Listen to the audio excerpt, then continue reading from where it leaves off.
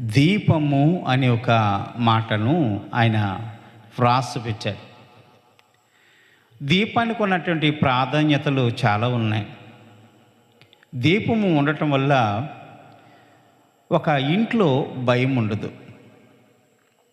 దీపం ఉండటం వల్ల చీకట్లో ఏం జరుగుతుందో మనం తెలుసుకోగలుగుతాం. దీపం ఉండటం వల్ల మార్గాలు తెలియజేయబడతాయి. దీపం ఉండటం వల్ల మనము పాపము చేయకుండా ఉండటానికి ఆ దీపము సహాయపడుతుంది. దీపము ఉండటం వల్ల మన దేహం అంతా కూడా వెలిగించబడుతూ ఉంటుంది. సముద్ర తీర ప్రాంతాల్లో చూస్తూ ఉంటాం. పూర్వకాలంలో లైట్ హౌసులు కట్టేవారు. ఈ లైట్ హౌసులు రాత్రి అయ్యేసరికి తిరుగుతూ ఉంటాయి. ఒక రకమైనటువంటి వెలుగు వస్తూ ఉంటుంది. అది సముద్ర భాగాల మీదకి వెళ్తుంది. సముద్రంలో పెద్ద పెద్ద ఓడలు వచ్చినప్పుడు మరి ఆ ఓడలు ఎటు ప్రయాణం చేయాలో అవి ఆ వెలుగును బట్టి ఆ తీర ప్రాంతాలకు అనుగుని ఆ ఓడలు నడిపిస్తూ ఉంటారు.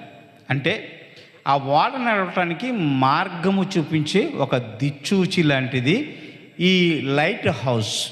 దీనివల్ల సముద్ర భాగంలో ఉన్నటువంటి ఓడ ఒడ్డుకొచ్చి ఎక్కడ చిక్కుకుపోకుండా తన ప్రయాణాన్ని మలుచుకుని మరి తన వెళ్ళవలసిన తీర ప్రాంతానికి వెళ్ళి అది ఆగేటట్లుగా ఇది ఒక మార్గాన్ని చూపిస్తూ ఉంటుంది అన్నమాట లైట్ హౌస్. దేవుడు ఏమన్నాడు? నేను ఈ లోకమునకు వెలుగునై ఉన్నాను అన్నాడు. లోకం అంటే సముద్రము కావచ్చు.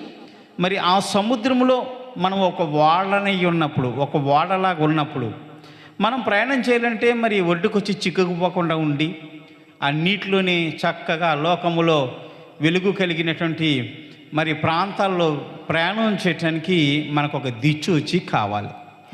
ఈ సముద్రం అనే ప్రపంచంలో ఒక మనిషి వాడైతే ఆ మనిషి ఏ ప్రాంతానికి ఎలా వెళ్ళాలో మనకి దిశానిర్దేశాలు నిర్ణయించే ఒక వెలుగు మన జీవిత గమ్యానికి కూడా మనం చేరాల్సిన మార్గానికి చేరేంత వరకు కూడా మనం ప్రమాదంలో పడకుండా ఉండేందుకు దేవుడు లోకమునకు వెలుగై అంటే ఒక లైట్ హౌస్ లాగా అందరూ ఎదురుగా నిలబడి నీ లోకమునికి వెలుగుగా ఉన్నానని ఆ వెలుగు ద్వారా మనందరినీ కూడా సరైన మార్గంలో నడిపిస్తూ ఉన్నాడట. మన ఈ లోకమునికి వెలుగైతే మనకి ఎన్నడూ కూడా చీకట్లో పడం, ఏ తీర ప్రాంతానికి వచ్చి అక్కడ ఇరుక్కుపోము.